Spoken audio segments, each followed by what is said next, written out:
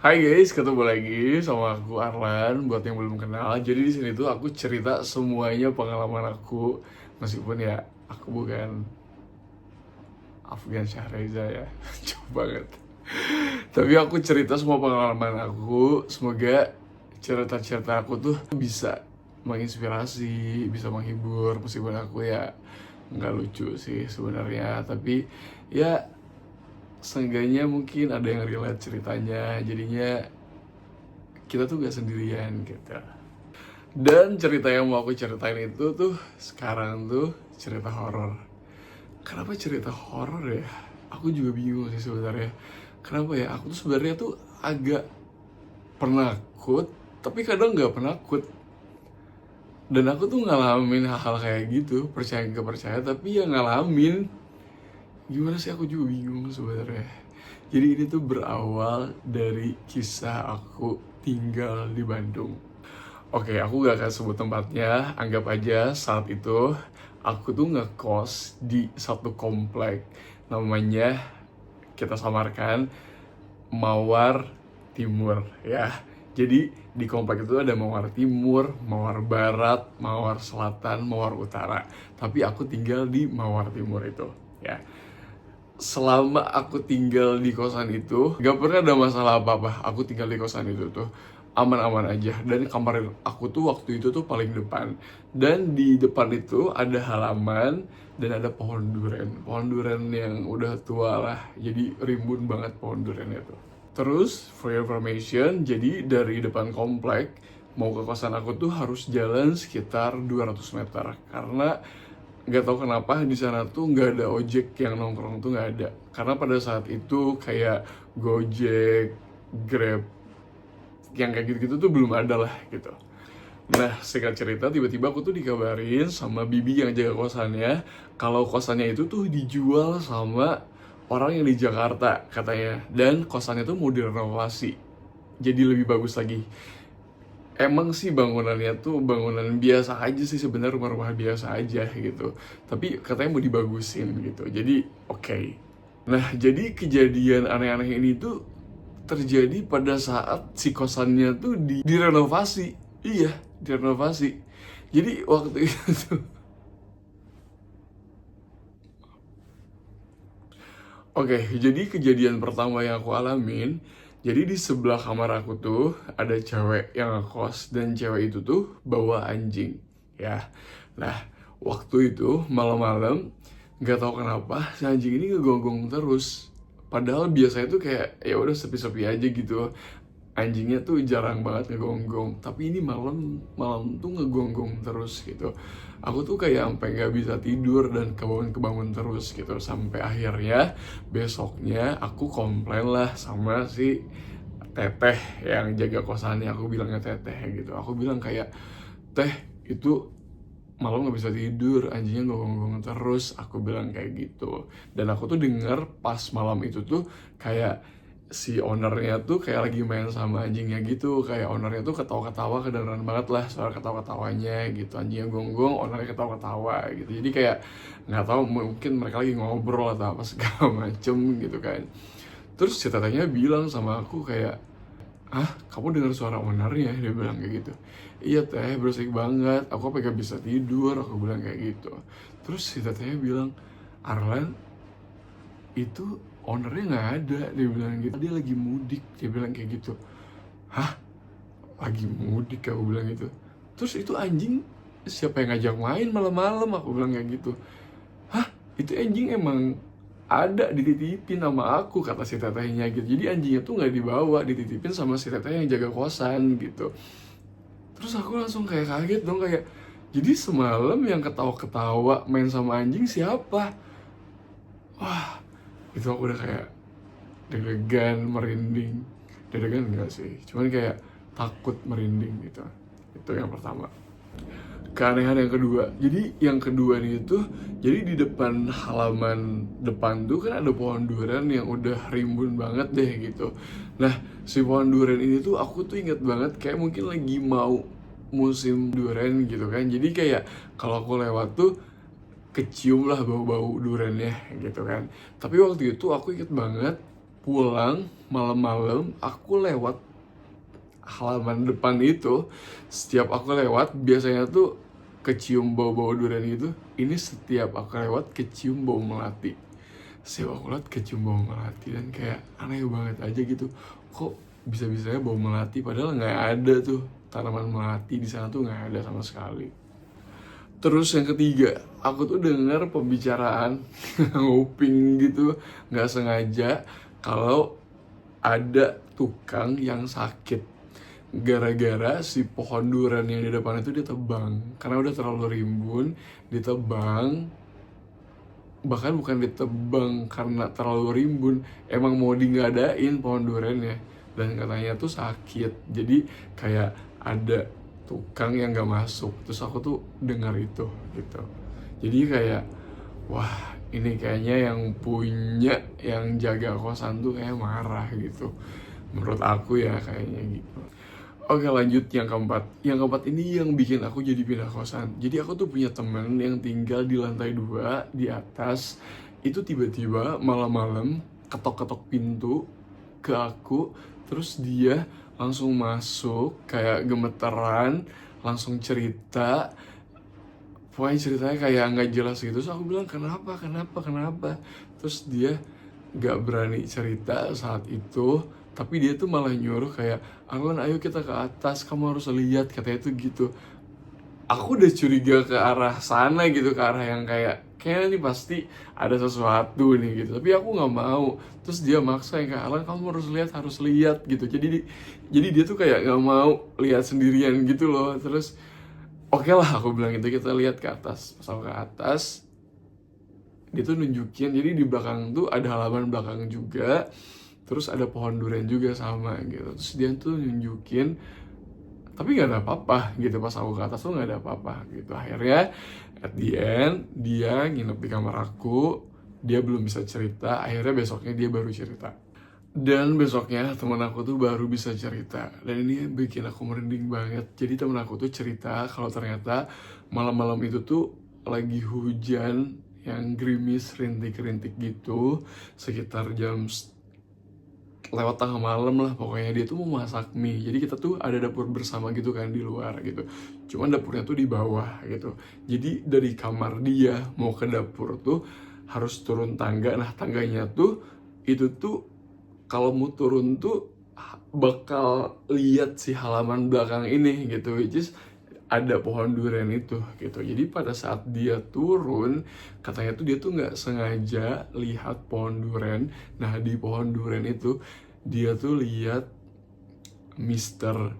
P, ya Mr. P, ngerti lah maksud aku kan, lagi duduk di ranting tebel gitu, tapi ngarah ke belakang dengan ya itunya yang kotor, yang banyak tanah. Terus dia duduk, terus dia sambil nyender kayak gini, tapi ngarah ke belakang.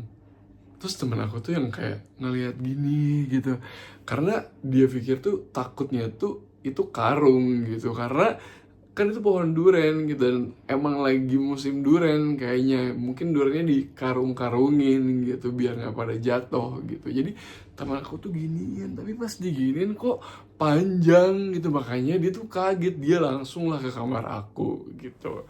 Dan pada saat siangnya itu kita cek bareng-bareng, emang nggak ada karung di sana, nggak ada karung yang buat nahan durian-durian biar gak jatuh tuh, nggak ada sama sekali. Nah dari sana teman aku pindah, aku pun ikut pindah. Terus kenapa tadi aku di awal cerita tentang kalau aku tuh tinggal di Mawar Timur, terus ada Mawar Barat, Mawar Utara, Mawar Selatan. Jadi ini plot twist ya.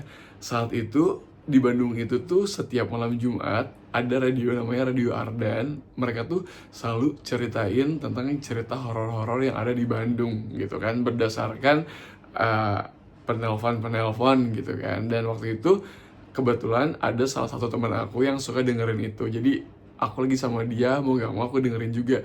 Dan saat itu plot twistnya, si penelpon itu nyeritain tentang Mawar Timur.